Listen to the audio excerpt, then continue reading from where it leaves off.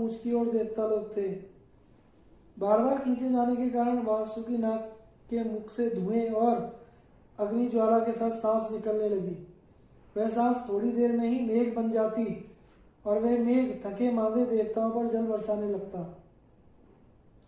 पर्वत के शिखर से पुष्पों की झड़ी लग गई। महामेघ के समान गंभीर शब्द होने लगे। पहाड़ पर वृक्ष आपस में टकराकर गिरने लगे। उनकी रगड़ से आग लग गई। इंद्र ने मेघों द्वारा जल बरसवाकर उसे शांत किया। वृक्षों के दूध और औषधियों के रस चू चू कर समुद्र में आने लगे। औषधियों के अमृत के समान प्रभावशाली रस, दूध तथा स्वर्ण में मंदराचल की अनेकों दिव्य प्रभावशाली मणियों के चूने वाले जल के स्पर्श से ही देवता अमृतत्व को प्राप्त होने लगे।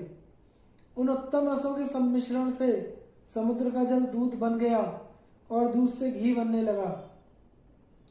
देवताओं ने मत्थे मत्थे थककर ब्रह्मा जी से कहा, भगवान नारायण के अतिरिक्त सभी देवता और असुर थक गए हैं।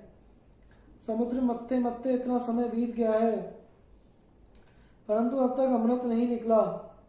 ब्रह्मा जी ने भगवान विष्णु से कहा, भगवान आप इन्हें बल दीजिए, आप ही एकमात्र इनके आश्रय हैं। भगवान विष्णु ने कहा, जो लोग इस कार्य में लगे हुए हैं मैं उन्हें बल दे रहा हूं। सब लोग पूरी शक्ति लगाकर मंदराचल को घुमाएं और समुद्र को शुद्ध कर दें। भगवान के इतना कहते ही देवता और असुरों का बल बढ़ गया। वे बड़े वेग के साथ मथने लगे। सारा समुद्र क्षुब्ध हो उठा। उस समय समुद्र से अगणित किरणों वाला शीतल प्रकाश से युक्त श्वेत वर्ण का चंद्रमा प्रकट हुआ। चंद्रमा के बाद भगवती लक्ष्मी और सुरा देवी निकली। उसी समय श्वेत वर्ण का उच्च श्रवा घोड़ा पे ही पैदा हुआ।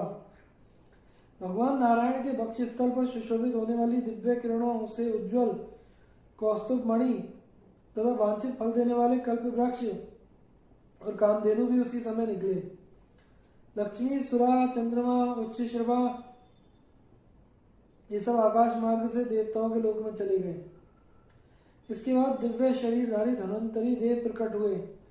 वे अपने हाथ में अमृत से भरा श्वेत कमंडल लिए हुए थे।